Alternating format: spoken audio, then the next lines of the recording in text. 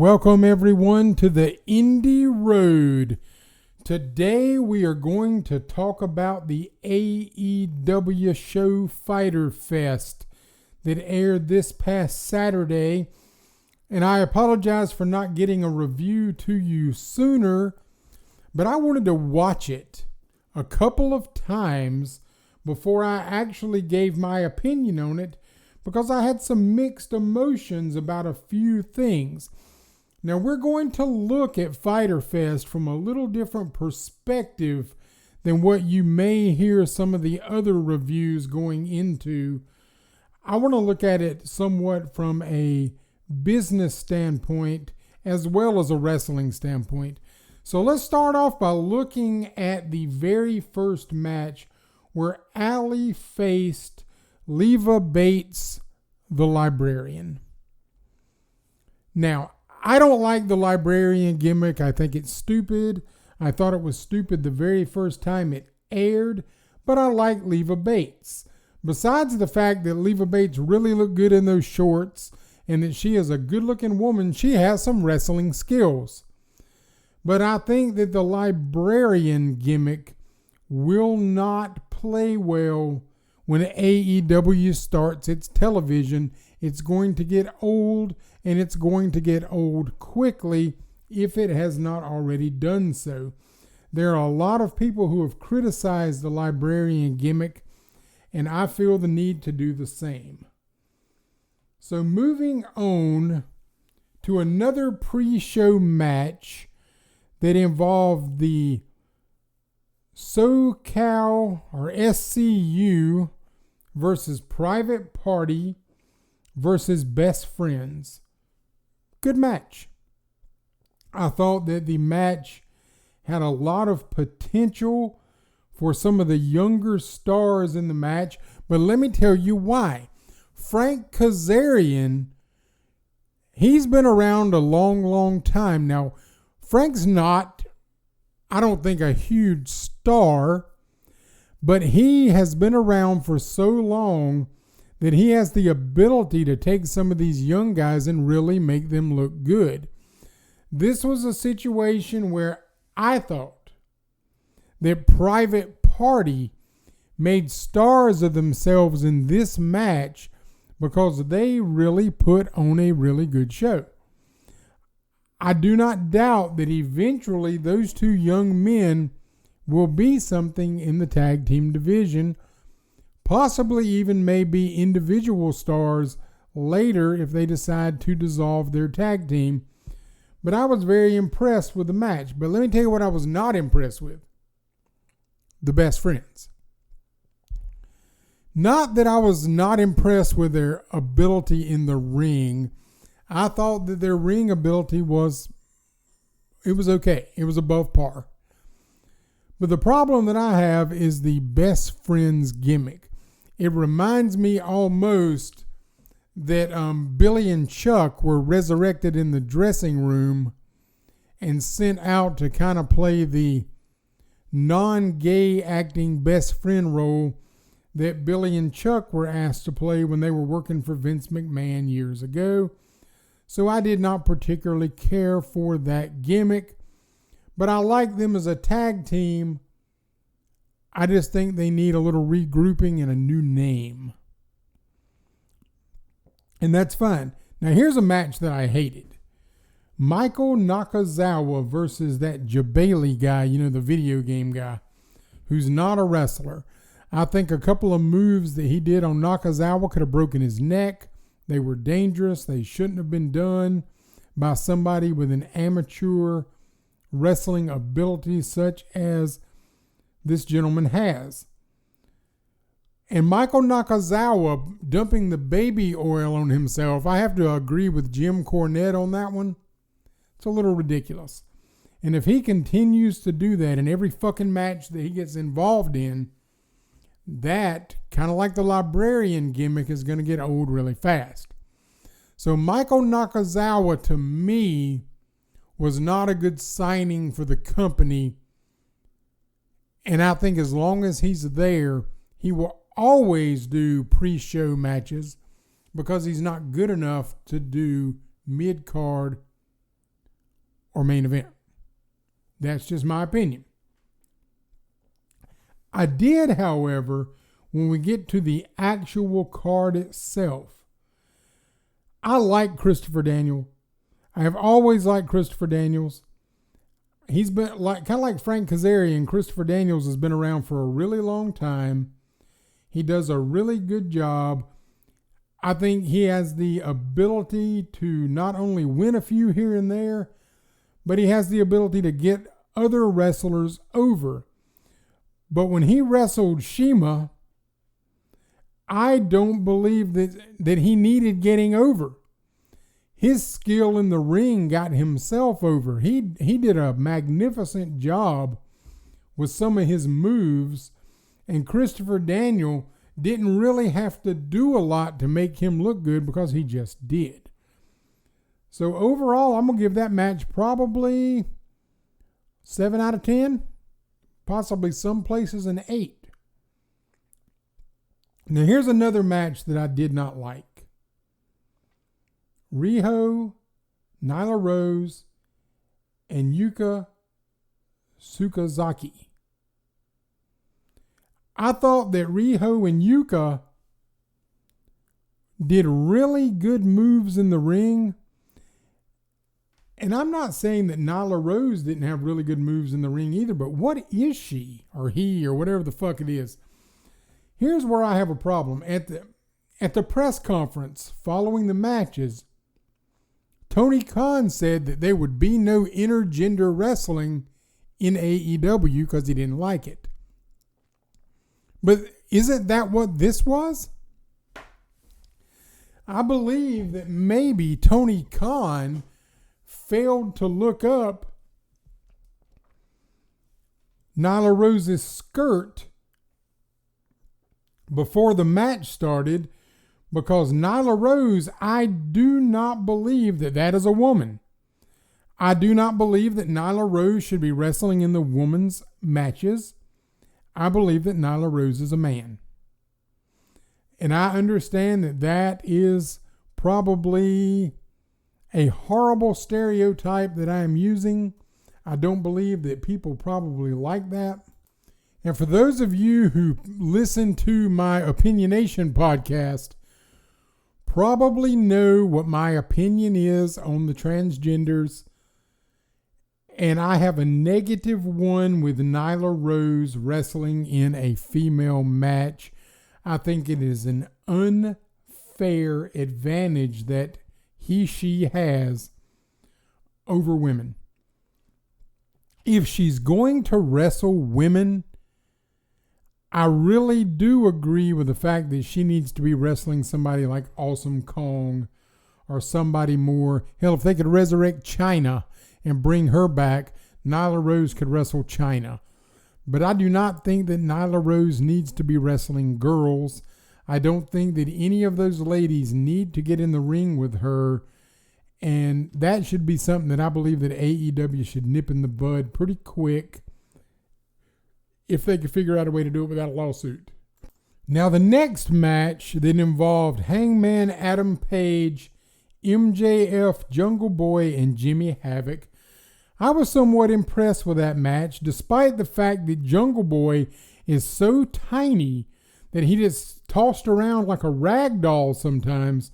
He actually does have some quickness and some fairly decent moves. But one of the things that I do like about this particular match and these characters in general is, one, MJF is a great heel. I believe that MJF needs to polish his promos. I think they're great, but they do need a little polishing, and perhaps maybe he comes across as a little bit more arrogant than he does realistically heelish.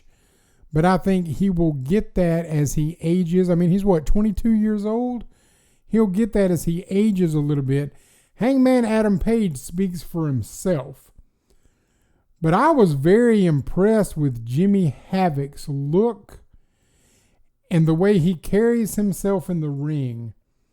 Some of those guys from across the pond are really good wrestlers, and Jimmy Havoc proves to be a really good wrestler, I would like to see a singles match between Jimmy Havoc and either MJF or Hangman Adam Page. That would be great.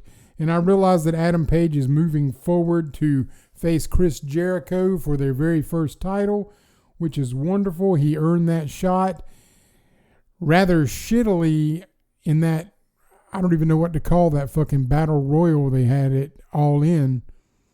That was kind of a shitty way to win his title, considering that the battle royal just absolutely sucked.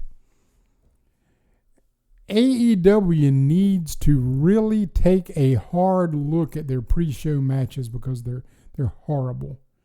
They're not grabbing the fans and pulling them in like they need to let you know that a quality wrestling show, which they have, is coming. So they take an entire hour and possibly lose potential viewers because the pre-show's so shitty. And they once again proved that the pre-show was shitty again at Fyter Fest. But Adam Page, proven star, look for him to go all the way. MJF, definitely a proven star. He has nowhere to go but up. Polish those promos. We need to see more of Jimmy Havoc. I think Jungle Boy is going to be a great mid-card match, but I don't really picture Jungle Boy winning any titles or doing anything fantastic. But he could possibly win a tag team title with Luchasaurus. Although I've seen Luchasaurus wrestle on some of the indie shows, and I didn't think he was that great, but I think that he has potential to hone his skills and get much better. But now let's take a look at what I thought was the best match of the night. Cody Rhodes versus Darby Allin. 20-minute time limit draw. Now here's where I'm going to talk about the business side for just a second. It would have been real easy to let Cody go out there and end up pinning Darby Allin in 19 minutes. That would have been easy. Cody Rhodes is, he's the established star here. He's the one with the superstar lineage from Dusty the American Dream Rhodes.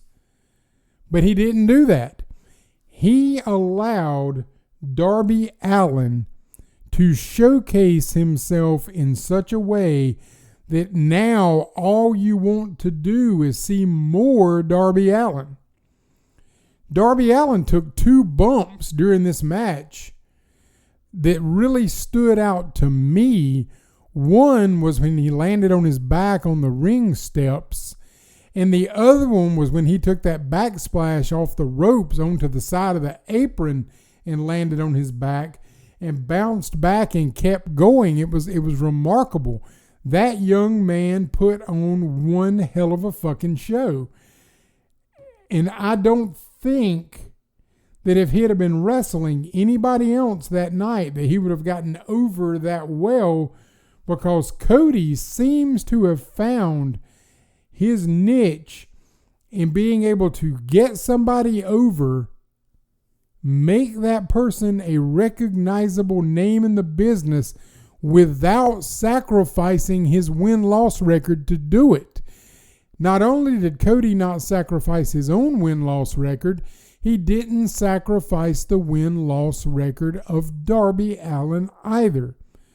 That would be a great, great match to repeat, because I would like to see it. I would also like to see Darby Allin face somebody like MJF. That is going to be an awesome, awesome match if they ever get to do it. I don't know how they're going to do their TV. I don't know who they're going to pair up and let them wrestle. But Darby Allin is not a scrub wrestler. he's good. He's small, but he's good. My wife don't even like wrestling. And she watched this pay-per-view and she was impressed with Darby Allin. That was one of the things that she talked about during the pay-per-view, was the remarkable job and how that boy was able to take those bumps. And I'm paraphrasing her now. That boy was able to take those bumps and get up and keep going. Most people would have taken a couple of bumps like he took and had to give it up. But he kept on going and stayed in the ring with Cody for the entire 20 minutes to a draw. Kudos to Cody and Darby Allin for that match. Now let's look at Kenny Omega, the Young Bucks, Pentagon Jr., Phoenix, and the Laredo Kid, who are known as the Lucha Brothers. Now, I like the Lucha Brothers. They put on a great show. I'm not like the rest of America who thinks that Kenny Omega at one time was going to be the savior of professional wrestling. I find Kenny Omega to be a slight bit boring. Hopefully that will change when they allow him to have some better match. Now, his match with Chris Jericho was good. But in this particular match, maybe it was because of the gimmicky, I don't know, video game Street Fighter attire that they were wearing in the match, and some of the moves that looked like synchronized swimming kind of threw me off a little bit. So I was not real impressed with that. But let me tell you what I think about the Young Bucks. Now, they're smaller guys. They've proven themselves in Japan. They've proven themselves in the Indies. They've proven themselves as a part of the Bullet Club a few years back. They're a good tag team. But they're small. But one of the greatest tag teams on the face of the planet, up to this day, who are Hall of Famers.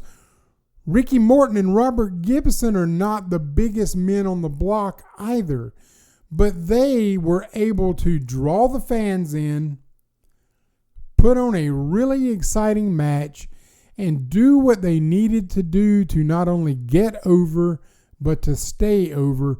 And Ricky and Robert, at 60-something years old, are still getting over with fans.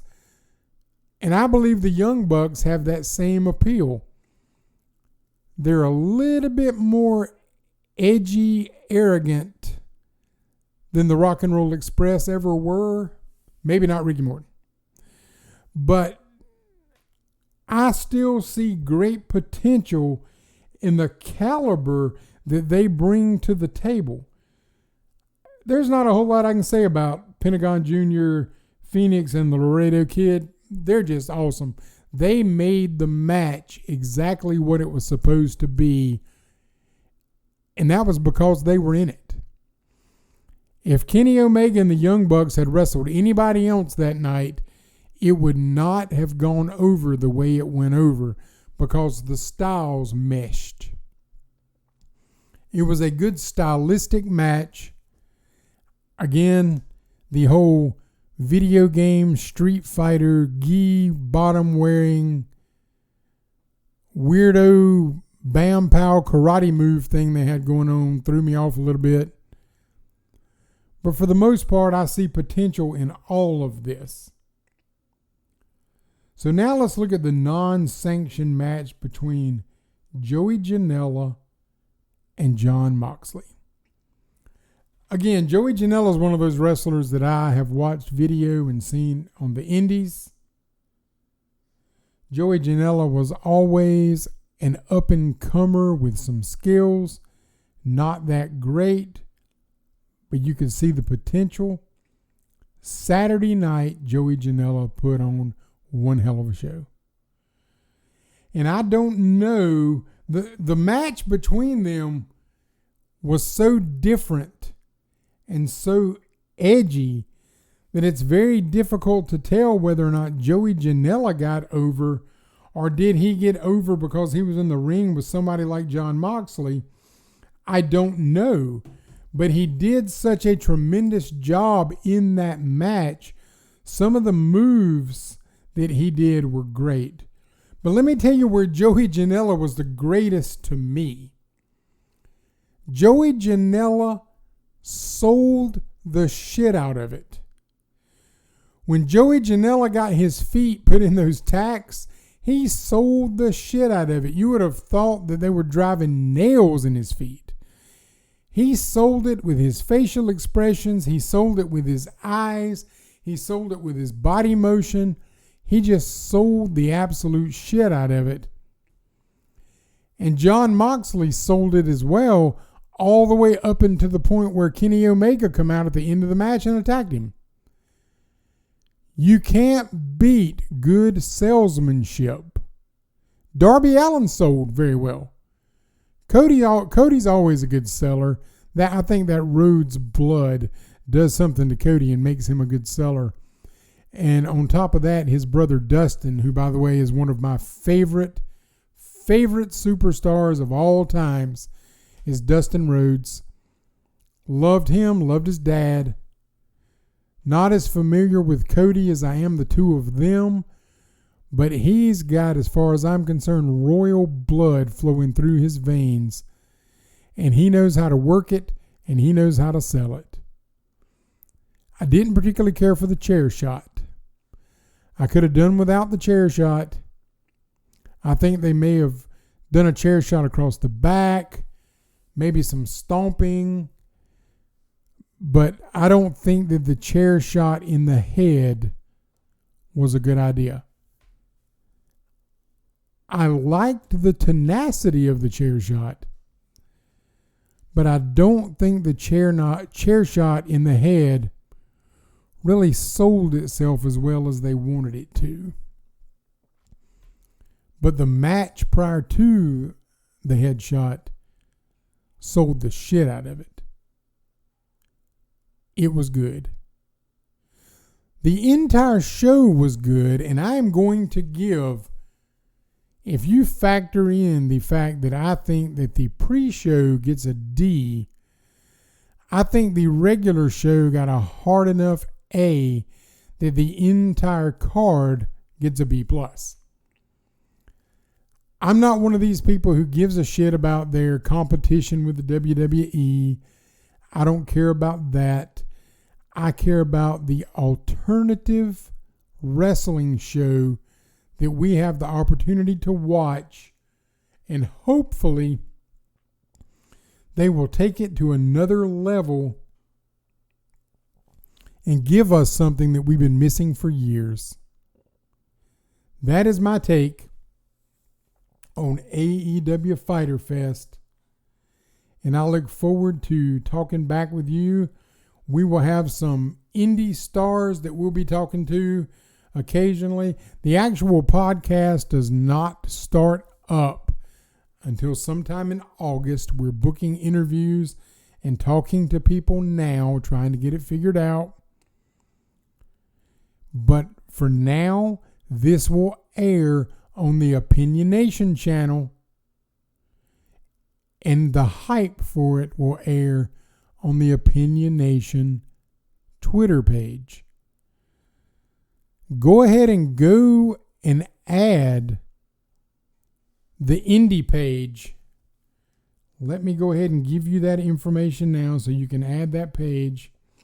That is the indie _road at the indie _road. You can go ahead and add that Twitter page. We will be getting more active with that as time goes on. It's brand new, just created the page yesterday. And if you can't tell that by the fact that I couldn't even remember the name of it, but that is going to be where you will be able to listen to interviews with indie wrestlers, up-and-comers, and yeah, we will be talking to some other wrestlers as well from various organizations. So get ready for that. And in the meantime, remember to listen to the Opinionation Podcast. We are up and going now on iHeartRadio. You can find us there. The Indie Road will eventually end up on iHeart and some of the other places, but we're not quite ready for that yet, but it's coming. And I really thank you for listening, and you have a wonderful day. Thank you very much.